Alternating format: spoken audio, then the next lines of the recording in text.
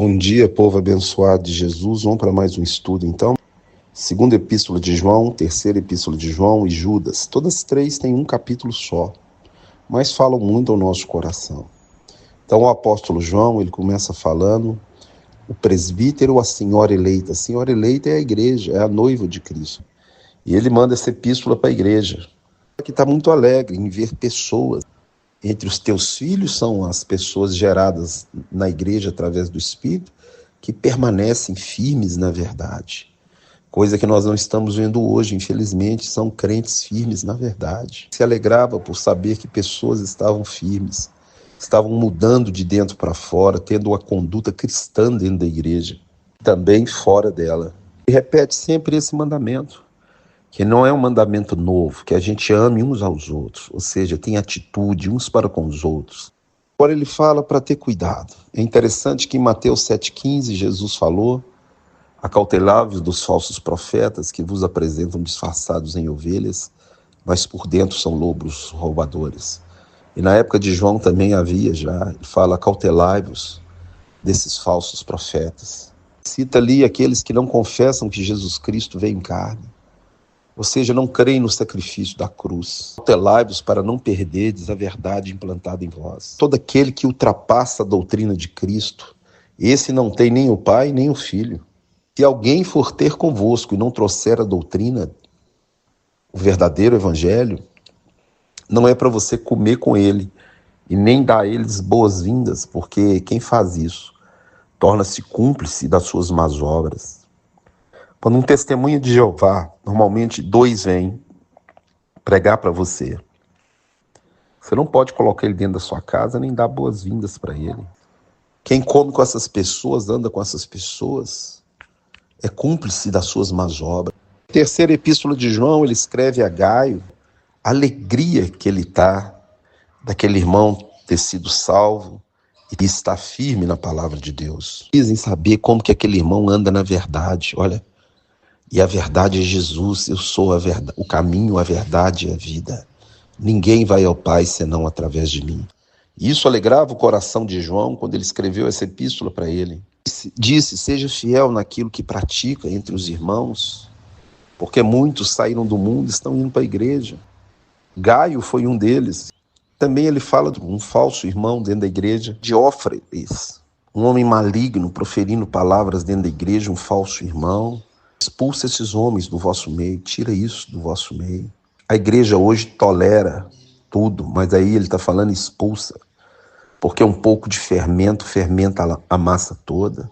Esses aí, além de não entrar, impede aqueles que estão querendo entrar. E timados, não imiteis o que é mal, e sim o que é bom. Aquele que pratica o bem procede de Deus, aquele que pratica o mal jamais viu a Deus. Em Provérbios diz que 6 coisas o Senhor aborrece, e a 7ª sua alma abomina, e a 7ª é essa: aquele que semeia contenda entre irmãos, Deus abomina.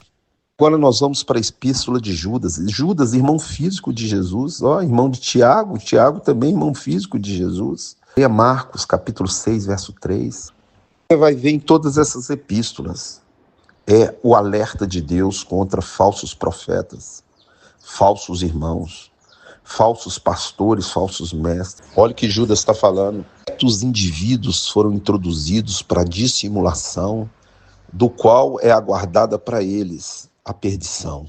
Transforma em libertinagem a graça do nosso Deus. É o que nós estamos vendo hoje. A graça na forma de libertinagem. Você aceitou Jesus, você foi perdoado, você pode fazer o que você quiser.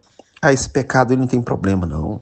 Então, através das suas atitudes, eles negam o único e soberano Filho de Deus, Jesus Cristo, porque as suas obras não condizem com aquilo que eles pregam e vivem. Ele fala: eu estou querendo lembrar vocês que Deus tirou um monte de gente do Egito, mas aqueles que não creram foram destruídos no deserto, morreram pelo deserto afora.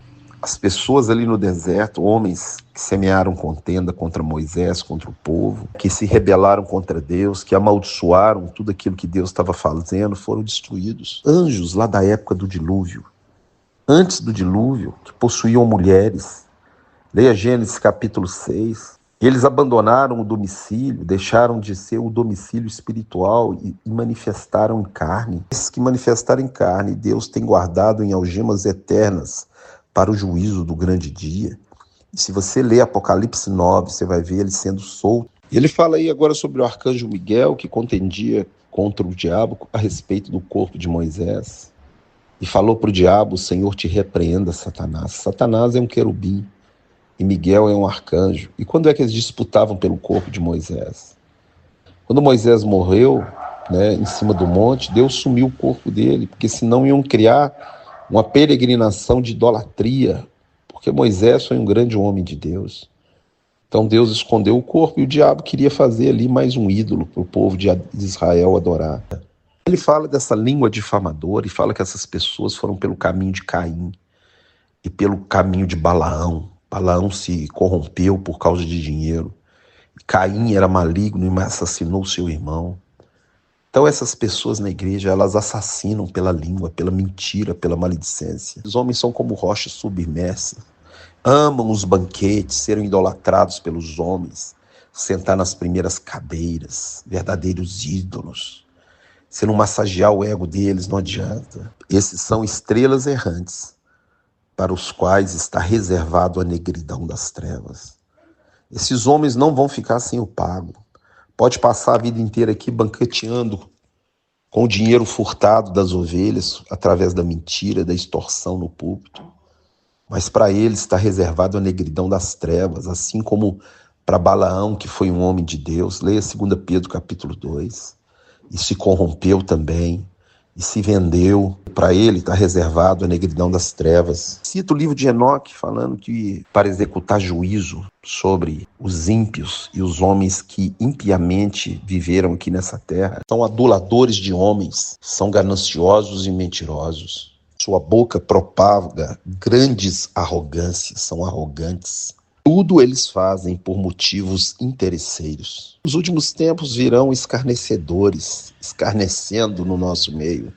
Diz para nós edificarmos a nossa fé, orando constantemente no Espírito, praticando a palavra de Deus, para guardarmos no amor de Deus, esperando a volta do nosso Senhor e Salvador Jesus Cristo. Compadeça de alguns que estão na dúvida, mostra para eles o caminho, para saírem desses lugares e irem para o caminho estreito e apertado, que é o caminho de Cristo. Agora, contra os outros, é para você detestar a roupa que eles vestem, contaminada pela carne, ou seja, pelo mundanismo. Nosso único Deus, Salvador, mediante Jesus Cristo. Honra, glória e majestade pelos séculos dos séculos. Louvado seja o nome do Senhor, em nome de Jesus.